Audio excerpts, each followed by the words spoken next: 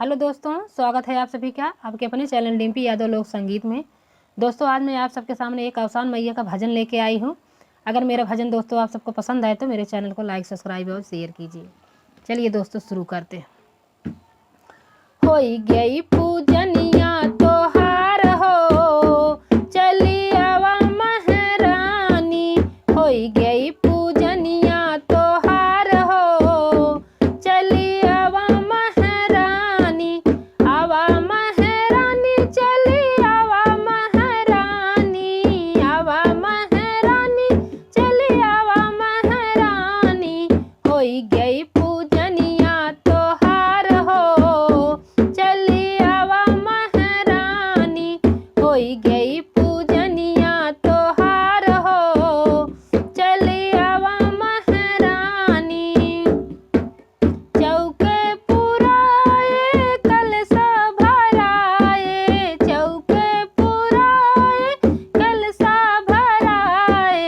होई गई तैयारिया तोहार हो, चली आवा महारानी। होई गई पूजनिया तोहार हो, चली आवा महारानी। लैया भुजाए चनवा भुजाए, लैया भुजाए चनवा भुजाए।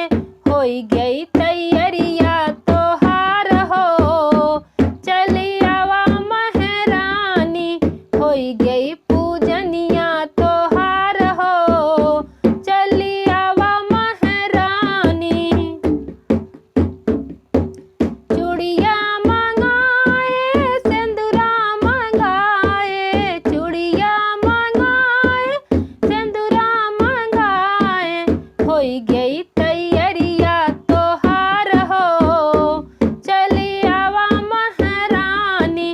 होई गई पूजनिया तोहार हो, चली आवा महारानी। न्योता भेजाए गोतनी बोलाए, गोतनी बोलाए पचरा गवाए, गोतनी बोलाए पचरा गवाए। होई गई तैयारिया तोहार हो, चली आवा महारानी। होई गई पूजनिया तोहार हो, चली आवा महारानी। आवा महारानी, चली आवा महारानी। आवा महारानी, चली आवा महारानी।